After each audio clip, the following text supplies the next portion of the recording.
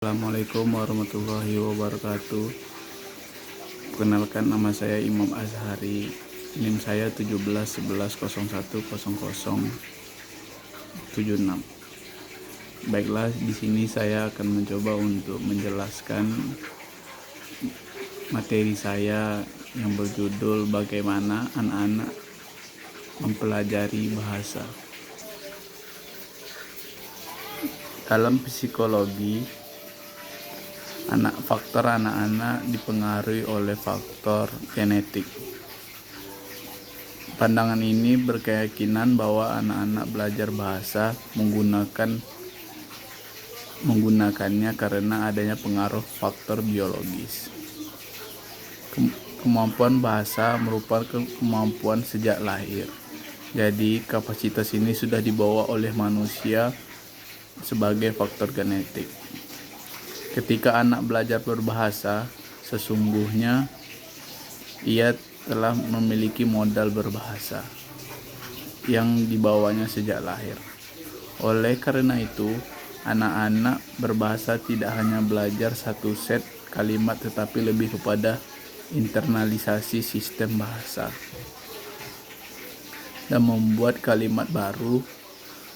Implikasinya dalam pembelajaran kita mengenai bahasa suatu fenomena alam yang ada di diri manusia melalui penataan simulasi lingkungan dan mendorong penggunaan bahasa integritas, maka kemampuan bahasa anak akan berkembang.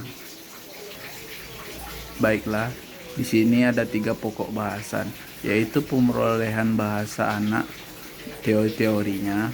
Yang kedua, tahap perkembangan bahasa anak.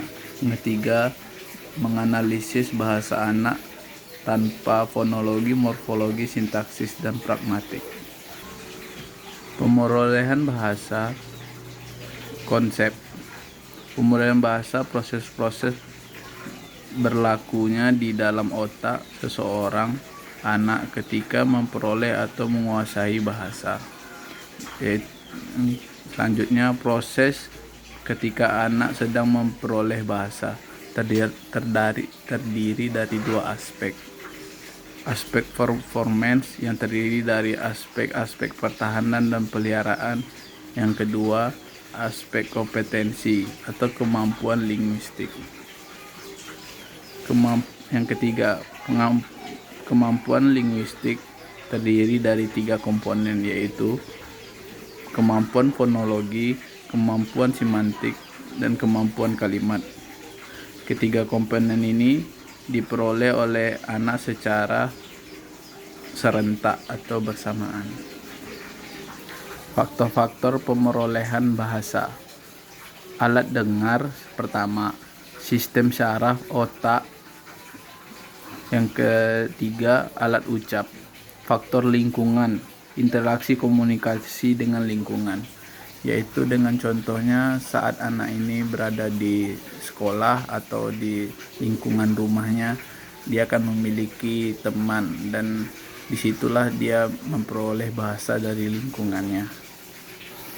Faktor biogresi, daya atau kemampuan anak berpikir atau bertular.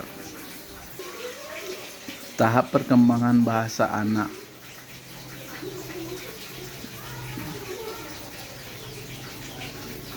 Yaitu yang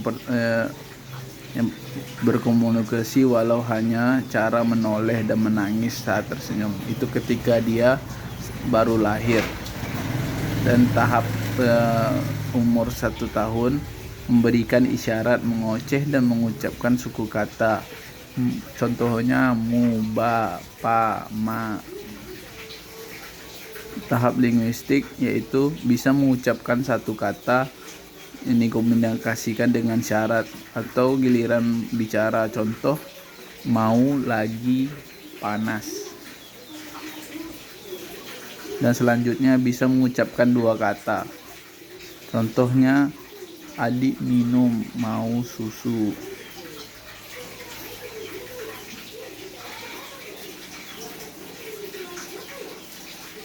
Ciri proses belajar bahasa pertama dan kedua.